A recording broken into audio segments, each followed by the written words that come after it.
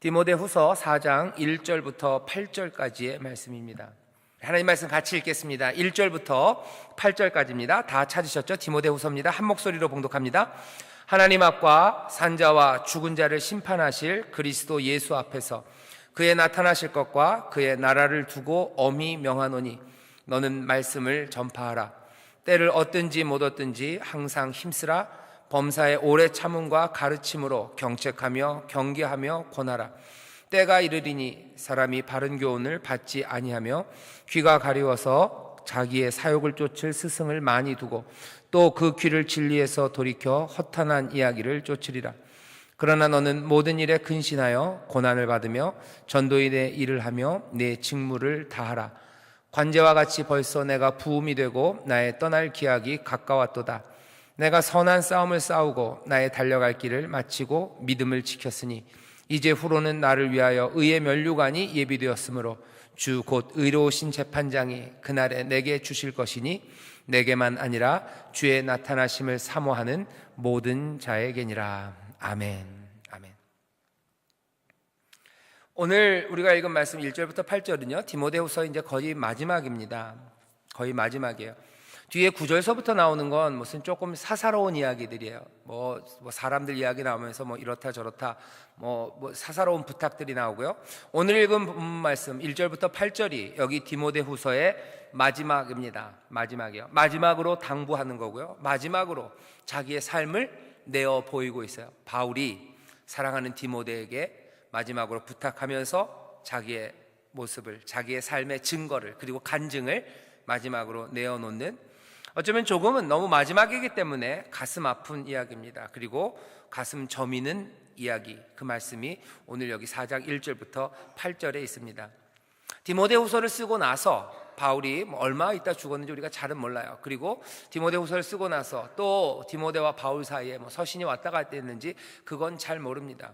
하지만 뭐가 됐든지 어쨌든 성경 안에서는 디모데와 바울 사이에는 이게 마지막 이야기입니다. 바울이 디모데에게 전하는 마지막 말이죠. 마지막, 어쩌면 믿음의 선배로서 그리고 하나님의 사역을 담당하고 있는 이 젊은 목회자에게 사랑하는 스승이 그리고 아버지 같은 사람이 마지막으로 전하는, 어쩌면 조금은 가슴 저미는 말씀이에요. 6절이 그래요. 6절이 그렇습니다. 관제와 같이 벌써 내가 부음이 되고 나의 떠날 기약이 가까웠도다. 왜 바울이 이 말을 했을까요? 자기가 자기를 아는 거죠.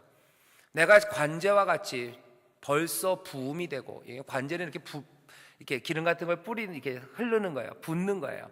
관제가 부어지면, 기름이 쭉 다 부어지면요 빈병이 남습니다. 비어 있다는 거죠. 이제 다 쏟을 만한 에너지, 내 삶의 모든 것들은 다 부어진 거예요. 남은 거 아무것도 없는 것 같다는 거죠.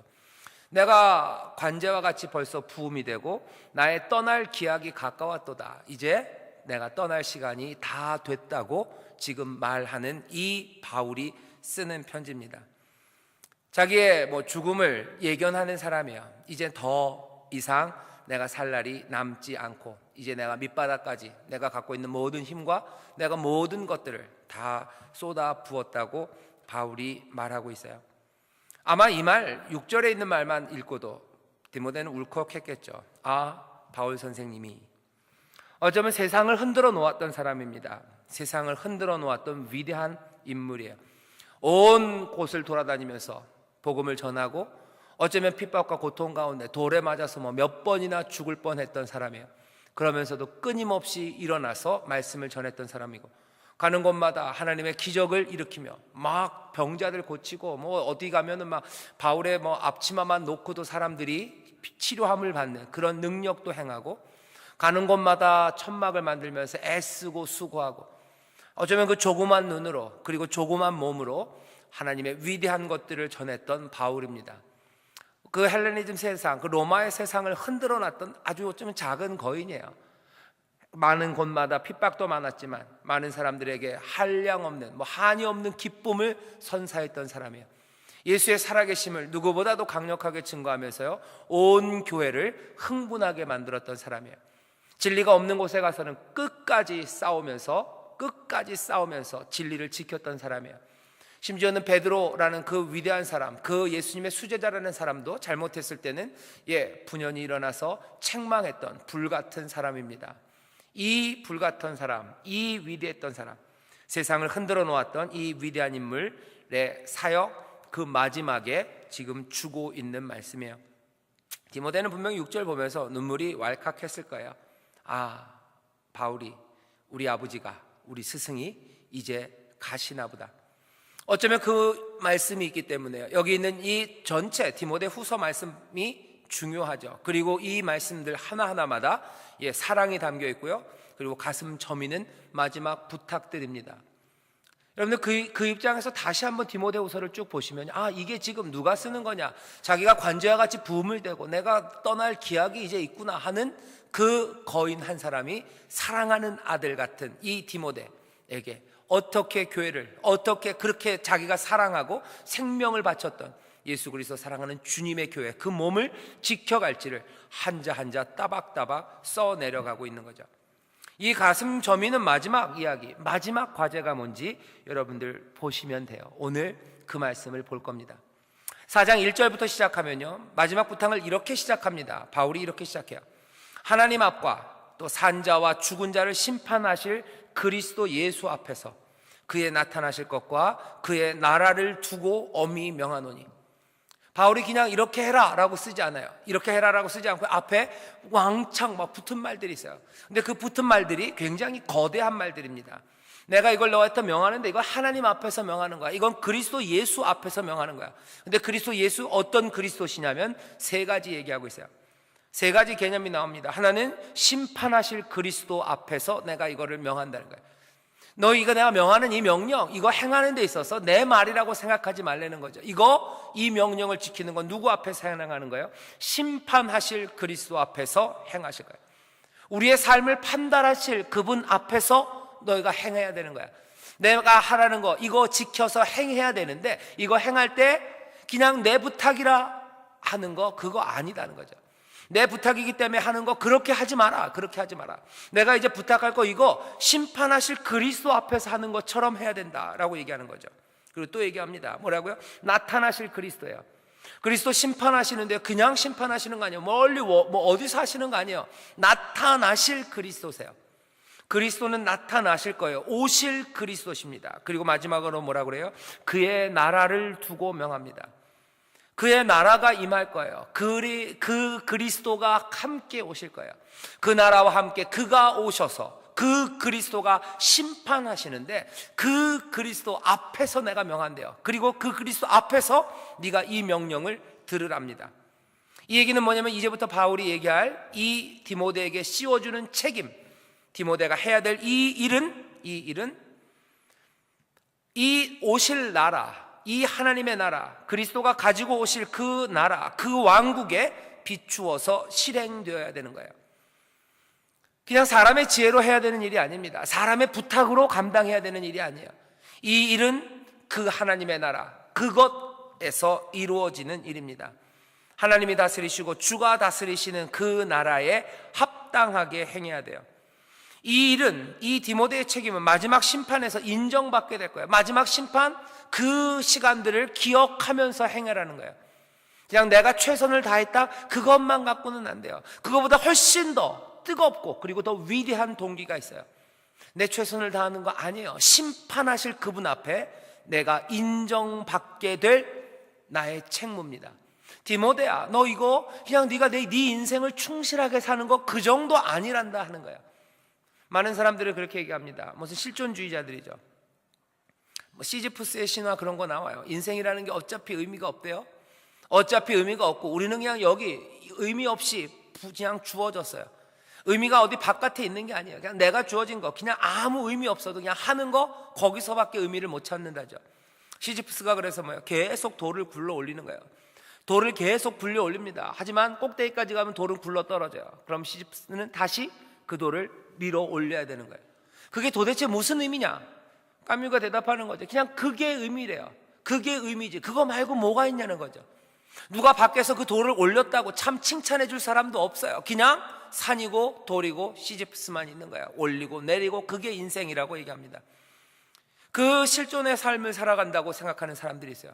이 세상에서 그냥 열심히 사는 게 그냥 인생이라고 생각해요. 나에게 주어진 거 그거 그냥 감사하면서 열심히 살면 되지. 어떻게 보면 참 순박한 사람들이고 선한 사람들이고 착해 보입니다. 하지만 말씀은 그렇게 얘기하지 않으세요. 적어도 바울은 사랑하는 디모데에게 그렇게 얘기하지 않습니다. 너 그냥 인생을 열심히 살아라라고 하는 거 아니에요. 너에게 주어진 건 이 삶, 이게 전체다. 이것 말고 다른 것 없으니 너 그냥 최선을 다해서 살아라. 그렇게 하지 않으셨어요. 뭐라고요? 마지막 심판, 그리스도의 심판, 나타나실 그리스도, 심판하실 그리스도, 그분이 가지고 오실 그의 나라, 그 앞에서 살아가는 거예요. 우리의 삶을 칭찬하실 이가 있으세요. 그리고 우리의 삶을 기뻐 받으실 이가 있으세요. 그리고 또 반대로는 뭐예요? 책망하시고 꾸짖으시고 집어 던지실 분이 있으세요. 인생에 대해서 그렇게 설명하는 겁니다. 내가 살아가는 책무에 대해서 그렇게 생각하는 거예요. 우리에게 맡겨진 일이 그냥 아무도 채점하지 않는 답안지가 아니에요. 아무도 채점하지 않는 답안지 아니에요. 도화지에다 아무 그림이나 그리면 되는 거 아니에요. 아무 그림이나 그리고 그냥 종치면 그 그림은 그냥 사라져버리는 그 그림이 아닙니다. 그 그림에 대해서 판단하시는 이가 있으세요. 그럼 어떻게 그려야 돼요? 아름답게 그려야 돼요. 그 판단하시는 분이 기뻐하시는 그림 그리는 거예요. 내 인생을 내가 살아가는 거 아니에요. 나는 하늘에서부터 온 사람이에요. 하늘로서 난 사람이에요. 하늘에서 내가 난 사람입니다. 그렇다면 그 하늘에 합당하게 내 삶을 그려가는 거예요. 내 삶을 아무렇게나 그리면 된다고요? 빈칸 없이 꽉 채우기만 하면 좋은 그림이라고요? 아닙니다. 아름다움의 기준이 있어요. 아름다움의 기준이 있어요. 참된 것의 기준이 있어요. 부르시는 이가 있어요. 판단하시는 이가 있어요. 오실 이가 있어요. 그분의 나라가 있어요. 그 앞에서 지금 내가 명한다고 바울이 얘기합니다. 여러분들 말씀을 읽으면서 그리고 성령이 우리에게 인도하시면서 또 하나님이 우리에게 깨닫게 하시면서 우리의 삶의 그림들을 그려가게 하십니다. 그때마다 잊으시면 안 돼요. 하늘과 우리가 단절되면 안 됩니다. 하늘과 단절되면 안 돼요. 그 오실 그리스도와 우리의 삶이 단절되면 안 돼요. 끝까지 하늘과 연결되어 있어야 돼요. 그 오실 그리스도와 오실 나라와 그 심판의 그리스도와 우리의 삶이 어떻게 연결되어 있어야 돼요. 그래야 우리의 삶이 온전해집니다. 그래야 의미 있는 삶이에요. 그래야 방황하지 않습니다. 내 마음대로 살다가 그냥 쉽게 절망하지 않아요. 왜? 끈은 아직 연결되어 있기 때문에 그래요. 끈은 아직 저 미래와 닿아 있어요. 그냥 여기서 연탄불 피고 끝낼 삶이 아니라는 거예요. 여기서 그냥 망쳐버리면 찢어버릴 도화지가 아니에요. 이 도화지는 끝까지 가져가야 되는 거예요. 망쳤으면 고치게 해주십니다. 그 위에 덧그리게 해주십니다. 은혜로 우리를 인도하십니다. 새 물감 주세요. 내 도화지는 하나지만 새 물감 주세요. 또 칠하고 또 칠하고 또 할 수 있어요. 왜요? 하늘로부터 은혜가 한량이 없어요. 하나님이 우리를 향한 인자하심이 영원합니다. 인자하심이 영원하고 은혜가 풍성하기 때문에 우리와 하늘의 끈은 끊어지지 않아요. 우리와 오실 그리스도의 끈은 끊어지지 않아요. 삶을 쉽게 포기하지 마십시오. 쉽게 그냥 이게 내 인생이라고 만족하지 마십시오. 계속해서 아름답게 그려갈 수 있어요. 더 온전하게 그려갈 수 있어요. 더 참되게 만들어갈 수 있습니다. 내 삶이 더 아름다워질 수 있어요. 여기 바울이 이 아름다운 삶, 이 멋진 인생을 디모데에게 주기 위해서 마지막으로 부탁하는 게 하나 있어요. 그게 뭐냐면 여러분들도 이 말씀을 받으시기를 주의 이름으로 축원합니다. 2절에 뭐라고 되어 있어요? 같이 2절 앞에만 읽어볼까요? 시작! 너는 말씀을 전파하라. 그 뒤에도 읽어볼까요? 때를 얻든지 못 얻든지 항상 힘쓰라. 범사에 오래 참음과 가르침으로 경책하며 경계하며 권하라. 이 2절의 말씀입니다. 마지막 과제예요.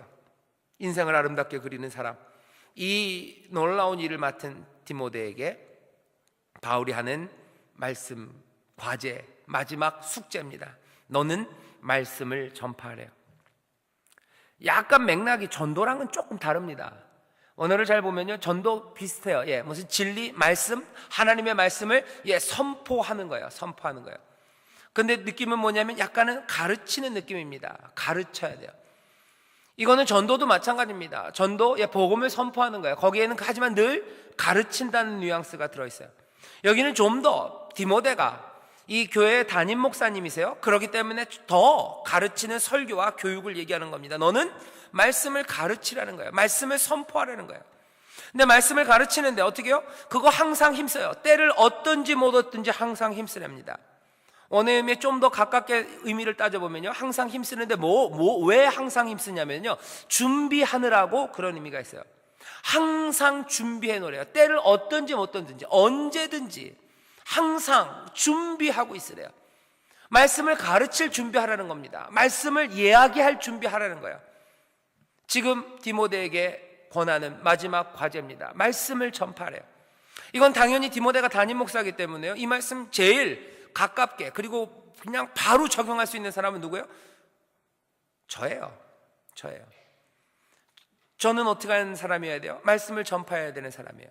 때를 얻든지 못 얻든지 전할 수 있게 항상 준비해야 되는 사람이에요. 말씀을 준비하고 가르쳐야 돼요. 그리고 범사의 오래 참음과 가르침으로 경책하고 경계하며 권해야 됩니다. 권해야 돼요. 근데 이게 저에게만 주는 말씀은 아닌 것 같아요. 이 말씀을 읽는 모든 사람들과 특별히 오늘 하모니 가족 찬양 예배에 오신 여러분들에게도 이 말씀이 적용됩니다. 그렇다면 어떻게 해요? 여러분들도 말씀을 가르치셔야 돼요. 전파하셔야 돼요. 구역장님들 특별히, 구역장님들은 더 부담 많습니다. 여기 교구장님들 계신데요, 전도사님들, 교역자들인데 더 부담 많아요. 여러분들 가르치셔야 돼요. 말씀을 전파해야 돼요. 항상 힘써야 돼요. 준비되어 있어야 돼요. 근데 많은 사람들이 요즘 그런 얘기예요. 교회에 많은 사람들이 문맹이래요. 어떤 문맹이요? 성경 문맹이에요. 유식한 말로 하면 비블리컬 일리트러시 그래가지고 성경 문맹이 많대요. 성경을 읽어도 무슨 얘기인지 몰라요. 성경에 무슨 이야기가 있는지를 모를 뿐만 아니라 읽어도 무슨 말인지 몰라요. 읽어도 무슨 말인지 모르는 거 그 사람들 문맹이라고 그럽니다. 문맹이에요. 문맹자는 가르칠 수 없어요. 다른 건 가르칠 수 있어요. 문맹자가 그림 가르칠 겁니다. 하지만 문맹자가 말씀을 가르칠 수는 없어요. 여기 뭐라고 했어요? 너는 말씀을 전파하라 그랬어요. 말씀을 모르면 가르칠 수 없습니다. 말씀에 내가 눈이 띄어지지 않으면 가르칠 수 없어요.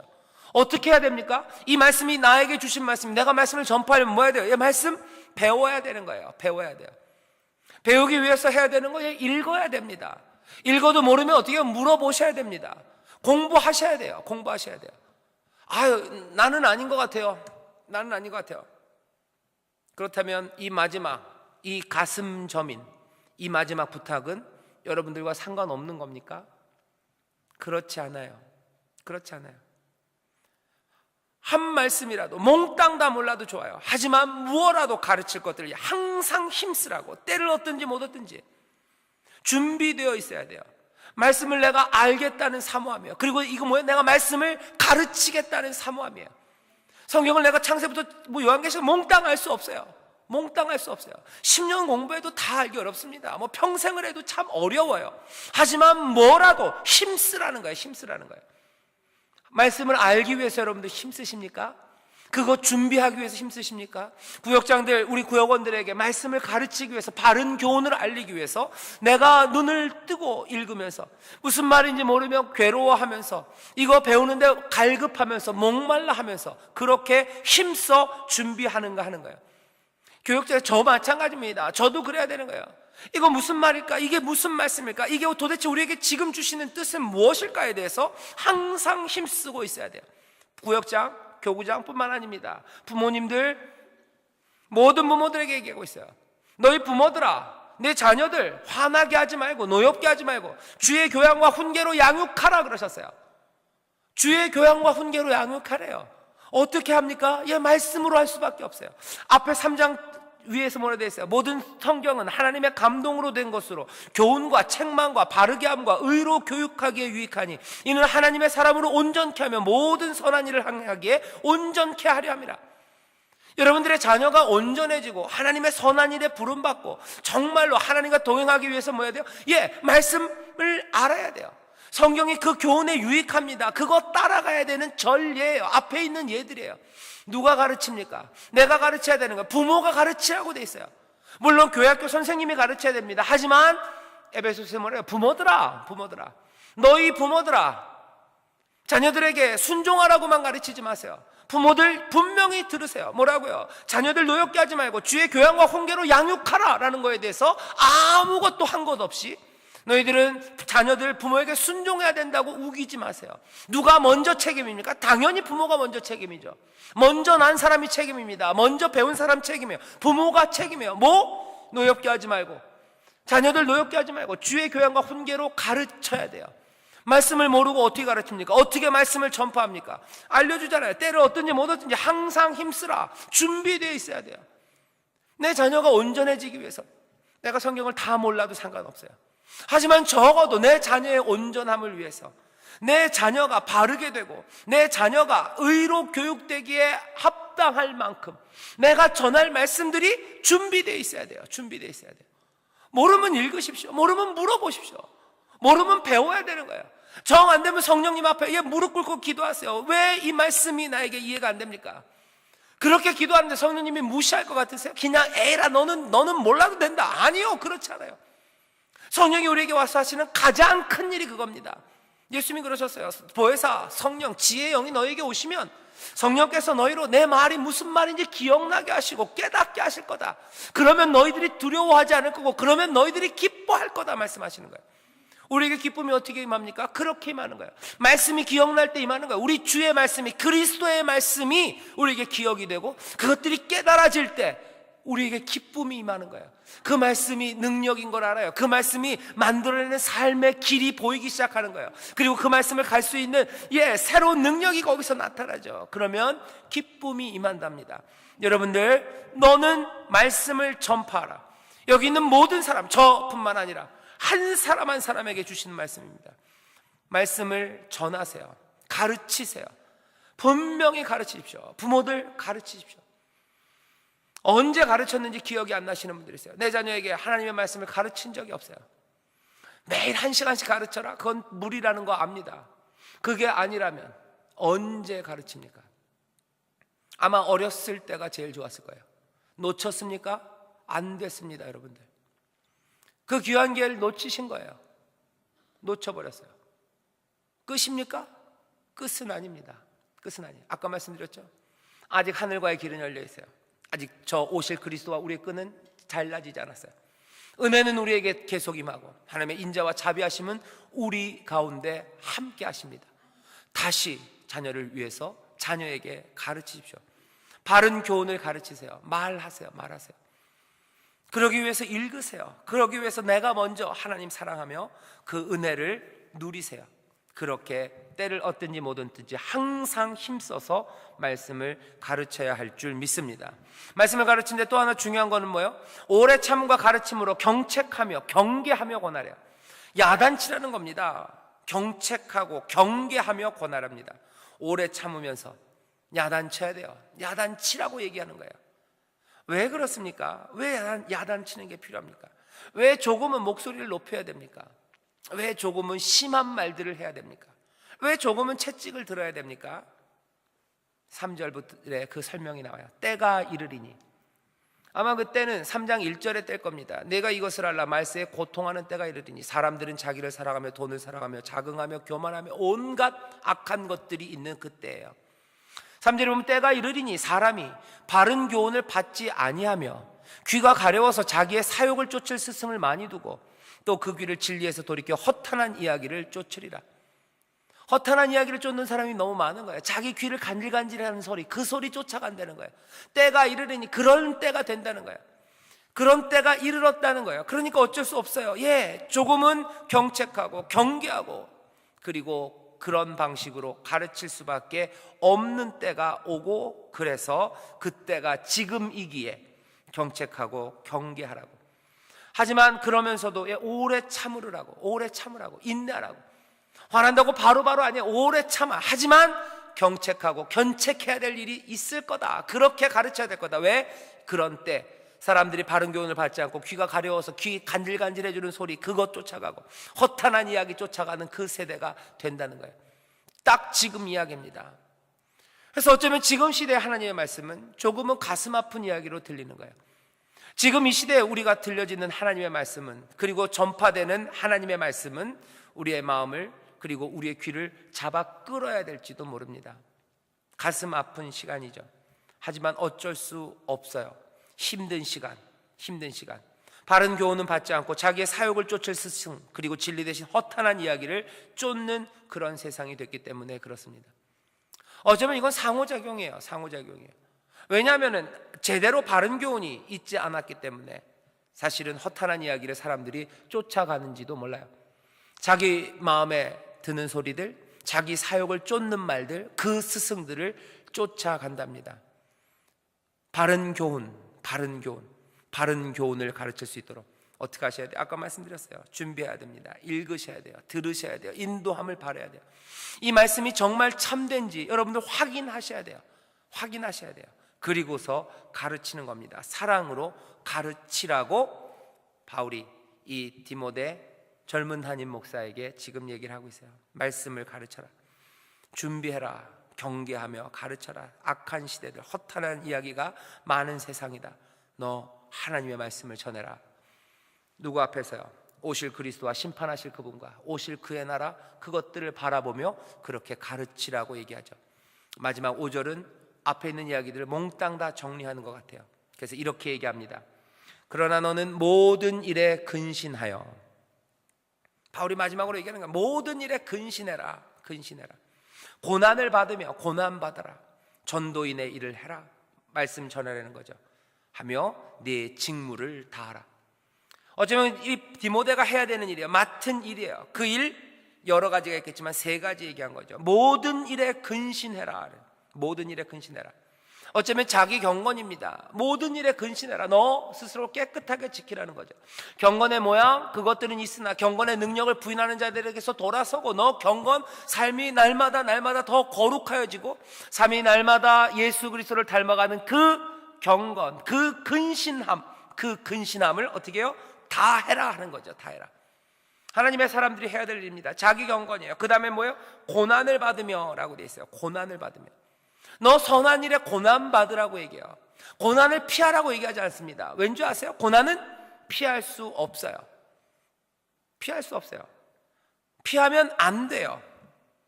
예수님도 말씀하셨어요. 그 사랑이 많으신 예수님께서 우리에게 평안과 쉼을 주신다고 하면서도 이렇게 얘기하십니다. 마태복음 11장이에요. 수고하고 무거운 짐진 자들아 다 내게로 오라. 지친 사람들을 부르시면서 하신 말씀이에요. 내가 너희를 쉬게 하리라. 고난은 없는 것 같죠.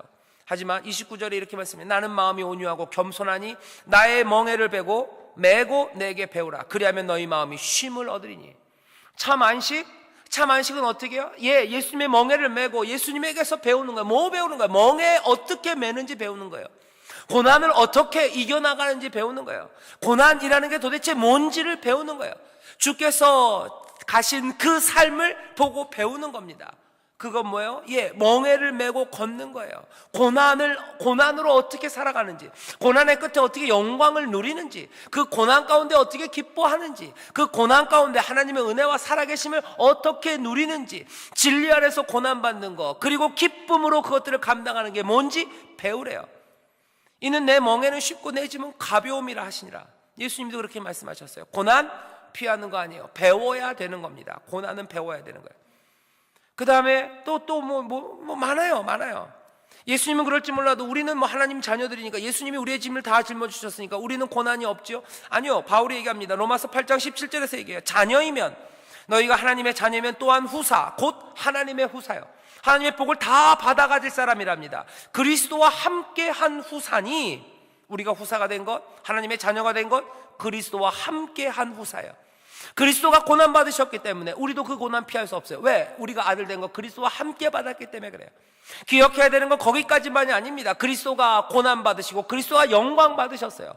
그래서 그리스도와 함께 고난 받고 그리스도와 함께 영광을 누릴 겁니다. 로마서 8장 17절에서 그래서 이렇게 얘기하죠. 자녀이면 또한 후사, 곧 하나님의 후사요. 그리스도와 함께한 후사니 우리가 그와 함께 영광을 받기 위하여 고난도 함께 받아야 될 것이니라. 근데 놀라운 건 뭐예요? 생각건대 현재의 고난은 장차 우리에게 나타날 영광과 좋게 비교할 수 없도다. 바울이 얘기합니다. 모든 일에 근신하며 뭐라고요? 고난을 받으며 그 다음에 뭐라고요? 전도인의 일을 하며, 지금 한 겁니다. 말씀을 가르치라는 거죠. 말씀을 배우고 그 말씀대로 가르치며 말하며 네 직무를 다 하라. 이게 가슴 저미는 바울의 관제와 같이 부음이 되고 내가 떠날 기약이 가까운 세상을 흔들었던 이 위대한 인물이 사랑하는 디모데에게 주는 마지막 과제, 마지막 말씀입니다. 자기 경건, 선한 일에 고난을 받으며 그리고 말씀을 전하고 그 복음을 말하라고. 그러면서 자기의 삶을 얘기해요. 나 이제 관제와 같이 부음이 되고 떠날 기약이 가까웠어. 내 삶을 보니 7절입니다. 내가 선한 싸움을 싸우고 나의 달려갈 길을 마치고 믿음을 지켰어요. 난 끝까지 그 길을 믿음으로 지켜왔다는 거예요. 나 모든 일에 근신하기 위해서 다 이루었다 하면 아니야. 하지만 그래도 그 길 믿음 안에서 흔들림 없이 달려왔어요. 내가 고난받는 거, 그거 선한 싸움, 나의 달려갈 길, 그거 내가 다 완성한 것 같다는 거예요. 마친 것 같다는 거예요. 나 다 부은 것 같아요. 나 다 부은 것 같다라고 얘기하는 거죠. 하나님 앞에 관제입니다. 향기로운 제물이에요. 내 안에 있는 것들이 다 향기롭게 하나님 앞에 다 쏟아져 나온 것 같다는 거예요. 어디선가 들어본 말입니다. 예수님께서 십자가에 사신 말씀이에요. 다 이루었다 그러셨어요. 바울은 여기서 뭐라고요? 다 부었다 그래요. 나를 다 하나님의 영광 향기로 난 다 부은 것 같아. 그리고는 얘기하죠. 이제 후로는 난 다 부은 것 같아. 이제 그 후로는 나를 위하여 의의 면류관이 예비되었으므로 주 곧 의로우신 재판장이 그날에 내게 주실 것이니 내게만은 아닐 거야. 주의 나타나심을 사모하는 모든 자에게지. 어디요? 1절로 가는 거죠. 하나님 앞과 산자와 또한 죽은 자를 심판하실 그리스도 앞에서 그의 나타나실 것과 그의 나라를 두고 엄히 명하노니 디모데 너도 그 나라를 사모하고 그 나타나심을 사모하고 그 심판 그것 바라보며 하나하나 경건을 그리고 선한 일에 그리고 복음을 말하는 일에 하나하나 쏟아내는 너에게도 의의 면류관이 있을 거라고. 바울은 이 자기의 마지막 가슴 저미는 부탁 그리고 숙제 그리고 자기의 간증을 마칩니다. 바울처럼 이렇게 얘기할 수 있는 사람들이 있으면 얼마나 좋겠습니까? 이 말씀을 읽으면 바울 존경하게 돼요. 존경하는 마음이 불탑니다. 뿐만 아니라 이 조사죠. 자기의 마지막 어쩌면 무덤의 글귀입니다. 이 글귀를 보면 내 삶을 그리 만들어야 되겠다는 결심들, 내 삶을 더 좋은 것으로 만들어야 되겠다는 결심들이 보입니다. 이렇게 아름다운 믿음의 모범들이 우리에게 있었으면 좋겠어요. 있어야만 합니다. 그렇다면 허망한 데 쫓아가지 않을 거예요. 다른 사람들을 비하하는 건 아니지만 심리상담사들 쫓아갈 일 없어요. 다른 곳에서 무슨 정신적인 스승이 있다고 찾아갈 일 아닙니다. 우리의 모든 것 되시는 주가 지금도 사셔서 살아계셔서 우리 가운데 역사하시는데 우리에게 도움을 다른 데서 찾는다는 건 굉장히 우스운 일입니다. 말이 안 되는 일이에요. 여기 이 교회 안에 우리 너희 두세 사람이 있는 곳에 나도 너희와 함께 하신다 그랬는데 여기서 주가 또 그 주 앞에 순종하는 삶의 아름답고 그리고 분명하고 굳건한 모습들이 우리에게 보여진다면 그 모범들이 우리에게 있다면 아마 우리의 많은 문제들이 해결될 겁니다. 아마 바울과 함께 있었던 이 디모데는 자기의 많은 문제들이 바울을 보면서 해결됐을 거예요. 바울에게 물어서 해결됐을 거고요. 묻지 않아도 해결됐을 겁니다. 어떻게 살아야 되는지 방황하다가도 바울을 보면 어찌 살아야 되는지 알 것 같아요. 마음의 슬픔을 어떻게 이겨내는지 무슨 심리상담사한테 가서 쏟아내야 되지 않을지도 몰라요.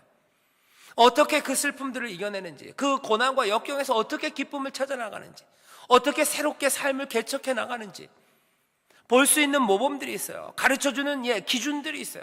그리고 지금도 사셔서 우리를 인도하시고 또 우리의 삶을 풍성하게 하시고 은혜를 부으시는 우리와 함께 하시는 보혜사가 우리 가운데 계세요.